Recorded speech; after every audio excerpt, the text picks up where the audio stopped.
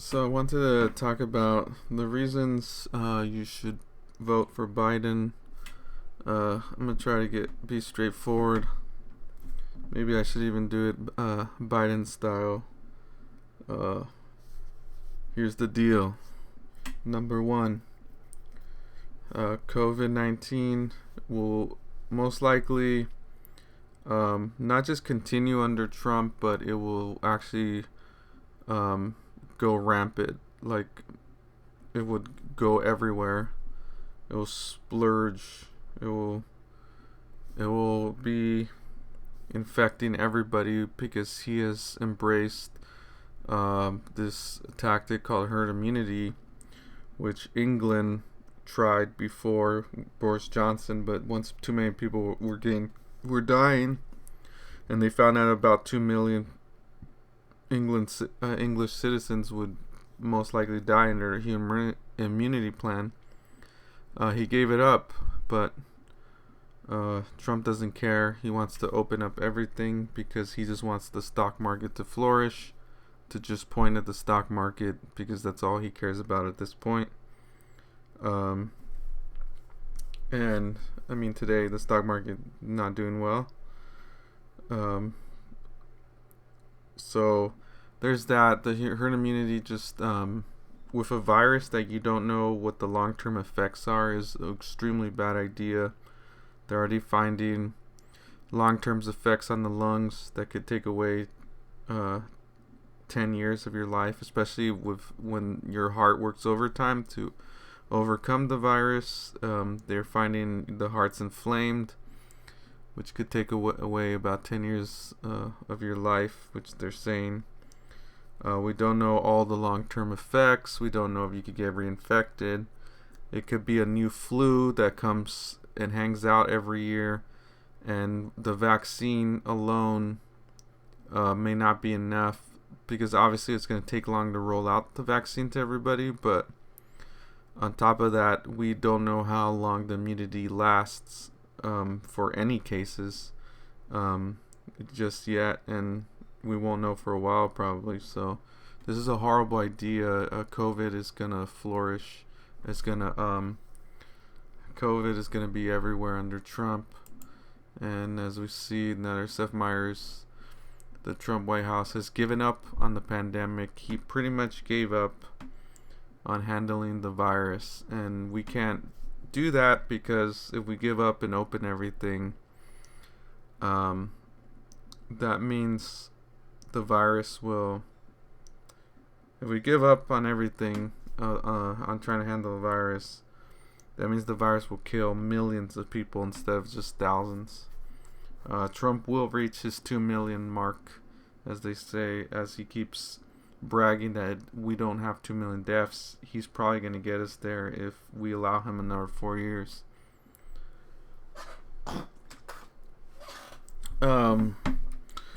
So, I mean, that one's big. That one's huge. You should vote for Biden on that alone. But if you're still not convinced, here's the deal. I'm going to look for his environmental plan, which... wrong page. So, his environmental plan... the blueprint aims for a clean electricity system, including renewable power and nuclear energy, by 2035. Biden would not ban fracking for natural gas, which would require an act of Congress, but he would prohibit new fracking on public lands. And more. This is a older article back in, I believe, July. So he's updated that since. If you've seen the debates, he says he wants to stop fracking eventually in about 15 years by 2035. He wants to transition to green energy. If you're any sort of environmentalist, that is extremely important. Of course, he wants to cut oil production by 2035. Gives us 15 long years to do that. and then by 2050 net carbon free, which is extremely important on fighting global warming. As you know, global warming could be even bigger than COVID-19 in the long term, because it could eventually kill human existence as we know it. We're all gonna go down if the earth is not habitable anymore, and if whole cities are going underwater, and agriculture is gonna be scarce. It's gonna be really bad news. I shouldn't need to tell you that, but at this day, there's still global warming deniers, sadly. So moving on, looking at his plan. This is his plan. If you go to his website on green energy future, you could look at it. It's much more thorough. He has a much more detailed plan, while Trump is not offering much. Provide every American city of 100,000 or more residents with high quality, zero emissions public transportation options through flexible federal investments with strong labor protections that create good union jobs and meet the needs of these cities, ranging from light rail networks to improving existing transit and bus lines to installing infrastructure and pedestrians and bicyclists for pedestrians and bicyclists. So I'm big on trains. I love trains, but he's big on infrastructure of public transportation. That's something I really like.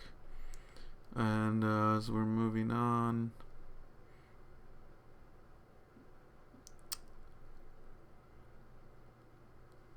we'll move on to Citizens United. Citizens United, he wants to overturn it, as you see here. Introduce a constitutional amendment to entirely eliminate private dollars from our federal elections. That's big. That's huge. To end a lot of corruption. Getting money out of politics is ultimately one of the big goals, and big starts to change things. Because if you can't do that, you're not going to be able to get all these progressive things you guys want. And I'm assuming I'm reaching out to progressives here at this point. Biden believes it is long past time to end the influence of private dollars in our federal elections. As president, Biden will continue to fight for a constitutional amendment that will require candidates for federal office to solely fund their campaigns with public dollars and prevent outside spending from distorting the election process. This amendment will do far more than just overturn Citizens United. It will turn our democracy to the people and away from corporate interests that seek to distort it. So that's huge. That's huge. Another one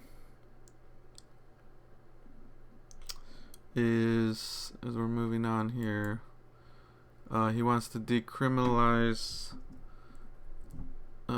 the use of cannabis and automatically expunge all prior cannabis use convictions. Biden believes no one should be in jail because of cannabis use. As president, he will decriminalize cannabis use and automatically expunge prior convictions. And he will support the legalization of cannabis for medical purposes. Leave decisions regarding legalization for recreational use up to the states. And reschedule, this is the biggest one, I guess, besides just total decriminalization, is to reschedule cannabis as a Schedule II drug so researchers can study its positive and negative impacts. Obviously, that's big, as we're learning that cannabis has health benefits and is being used as medical for many medical reasons, and it's important to continue that progress. end all incarceration for drug use alone, and instead divert individuals to drug courts and treatment. So take them out of the criminal courts, create a totally different court, and instead of incarceration, they're treated. That's huge. As you know, countries like, I believe, Holland and Portugal have already done it with great. They've decriminalized. Well, they've gone further and decriminalized drugs, and a lot of people get treatment instead, and it's had great results over there. Biden believes that no one should be in prison for use of illegal drugs alone. I mean, I don't need to go on. That already sounds good enough. Get rid of private prisons is the other one I wanted to look at. Well, actually, that's his healthcare plan. I'm not going to that one yet. Where would it be? I believe I have to actually go down. This is a big one for people against the death penalty too. He wants to eliminate the death penalty. I know this is pretty big for a lot of Catholics and religious people that believe that the death. Also, there's studies that show death penalty is not really a good deterrent. You know, there's it's been pretty well studied on. Stop corporations for profiteering off incarceration. So this is a big one too, which is kind of, I'm taking this as a step towards getting rid of private prisons. Biden will end federal government's use of private prisons, building off an Obama-Biden administration's policy rescinded by Trump administration. He will make clear the federal government should not use private facilities for any detention, including detention of undocumented immigrants. Obviously, it's huge. Biden will also make eliminating private prisons and all other methods of profiteering off of incarceration. That's a big general one. I'm sure if you're a progressive, I don't need to tell you why private prisons are horrible. Corporations build these prisons. It gives incentive to incarcerate more and more people for little to nothing crimes, very low ball crimes, and to keep them in there longer. And they use them for free slave labor for corporations to not pay real wages to citizens. Instead, they just use prisoners for making their stuff for almost zero, for like only like cents, like under $1. They'll use tons of prisoners to make all their products. This is inherently evil in a way. So this will be huge. This is a big one. And then we're getting to his healthcare plan. That was number 2, and this is number 3. Joe Biden's healthcare plan explained. It's not Medicare for all, but if it happened, it would be a big deal. So this article, I would suggest you read it for yourself. It breaks down why the public option is a very big step into eventually going into a universal healthcare system or a Medicare for all system, which obviously if you're progressive, you're very into. But this public option is definitely a step up from Obamacare, which is important because it will be much more readily available to more Americans. And I'll link this article below. And then there's also, last but not least, he has a plan for make public colleges and universities tuition free for all families with incomes below $125,000. This is huge too. I obviously make less than 125,000. So does the majority of Americans, to be quite frank. And this will be huge for so many Americans. This proposal, part of Senator Sanders and Congresswoman Pramila Jayapal's College for All Act of 2017, will help roughly 8 out of every 10 American families. So there it goes. Sanders and Jayapal are involved. They have their fingerprints on that. And so that's it. Let me know what you think in the comment section below. Thanks for watching.